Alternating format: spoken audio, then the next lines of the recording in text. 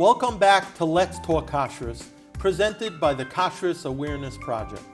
We are joined today by Rabbi Sholem Fishbane, Kashrus Administrator of the Chicago Rabbinical Council and Executive Director of ACO, the Association of Kashrus Organizations. Rabbi Fishbane, you spoke several months ago at the Aguda Convention, and you mentioned a compelling but very disturbing story about sushi at a certain event. Mm-hmm. Tell us the story and give us a little of the background. Sure. Well, this I verified firsthand, obviously. Whenever you hear such stories, you want to do that. And the story goes as follows. Where there was an event, Matzah Shabbos, and I don't know if it was a parliament or bar mitzvah, whatever it was, and one of these events that you walk in and they wow you. There was a good party planner there, and there was a good, private chef there, whatever it was. But one of the areas was a sushi bar. Mm-hmm. This particular Rav went over and noticed, he had a keen eye. He noticed that the sushi was incredibly fresh. Now, if you know anything about sushi rice, if it's not done right away, especially if it's overnight, it loses its... it gets hard, right? It gets hard, right? Yeah. So, it's difficult to, a good sushi chef won't make sushi and put it in the fridge for a couple of days. So, incredibly fresh looking sushi at a sushi bar Motzei Shabbos, and it takes a long time to make, caused alarms to go off in his head. He went over to the Baal Boss. Baal says, I don't know, I hired a party planner. The party planner by nature doesn't have a hechsher because I'm not cooking anything. Mm-hmm. I just know who's good at what.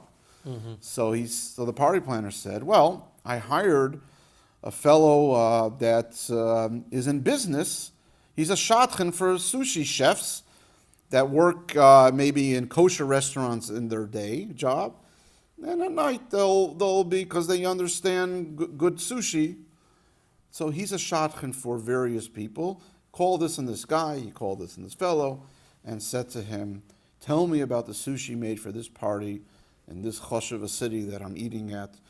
And so the guy says, well, let me get the guy on the phone.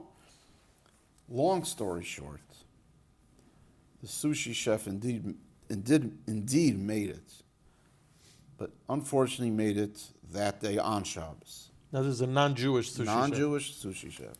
Made it on Shabbos. And so the first shiloh, when something made on Shabbos for Yidden, there's halachas if you're allowed to eat it or not. It's B'Shvil Yisrael. Okay, shiloh number one. Shiloh number two, Bishul Akum. Bishul Akum. One of the hardest things to make kosher is rice for sushi. Because they have a very specific type of machine that it only turns on when you press it down. So even if, this is just general kosher sushi, if the mashgiach walks in the morning and turns it on and then goes and does his things and doesn't think about it until the next morning, it's a problem. Because every time they make a new batch of sushi, it turns off completely. And every time, so therefore when they make a new batch of sushi rice and he presses it back down, now it's bishul akum, and rice obviously is something that's oil shulchan malachim. Right, it's not nechal chai. And this is far, far reaching. We can talk about it all day about rice, how it relates to sake, the drink, and all this, but that's not today's subject. So that was the second shiloh of problem was bishul akum.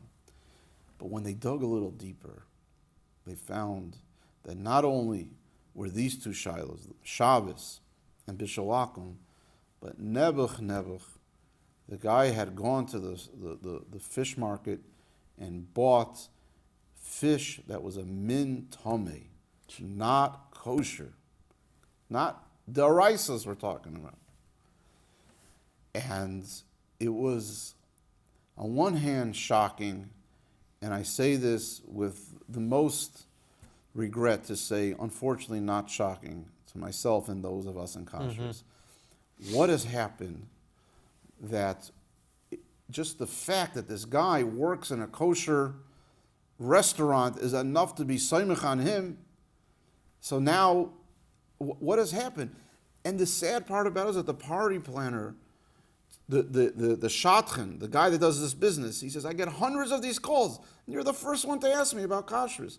What has happened that we stopped asking? Right. And I can tell you from other scenarios and other cases where it has become so popular, and when you find a good, a sushi chef is like an artist. Right. When you find a good one, you don't let go. Right. I'm dealing with cases where, they have a guy and the guy comes in and he does it in their basement and he does this, he does that, but we're dealing with daraisas. The fish, the halacha is that you're not allowed to certify sushi unless you have verified that it's a kosher fish. It's a daraisa. It needs simone daraisa. I can't stress this enough. It's like basar and Solomon ayin if it doesn't have it.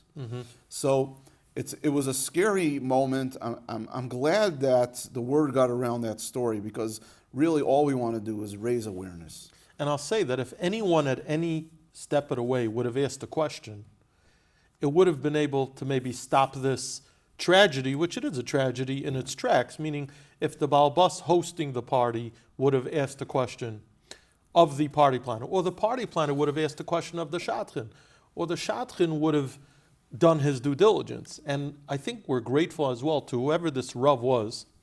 He noticed that something was fishy, pun intended. And he's the one, rather than saying, I'm assuming the host is an erlich guy, I'm sure he did his due diligence. The Rav did not take anything for granted. Such a good point. And we're indebted to him. Because of him, the story got out, and you were able to repeat it to thousands of people at the convention. We're able to share it in this forum to thousands of people, and hopefully people will just be more vigilant in general. Right. And great lessons learned. I want to repeat something you just said, because you really hit it home. If you line them up on a wall, all the people involved, each one, let's dramatize this. Each one looked firmer than the other. Okay, they all dressed the part. They all went to our yeshivas. Each one assuming that the next one, if they're telling me that so and so is good, obviously it's good. I think the particular shadchan on the sushi in this story was a Hasidic yid. I believe that's a fact. It makes no difference. Right. But the point is association. And the weakest link was the fact that he's a non-Jew. Yeah, but he works in a kosher restaurant. Right. So association is right through the story, and that's the awareness that we need to bring to people. Don't just assume that they did the due diligence of checking out. You ask the questions. It's all about asking the questions, and then we're all set to go. Thank you.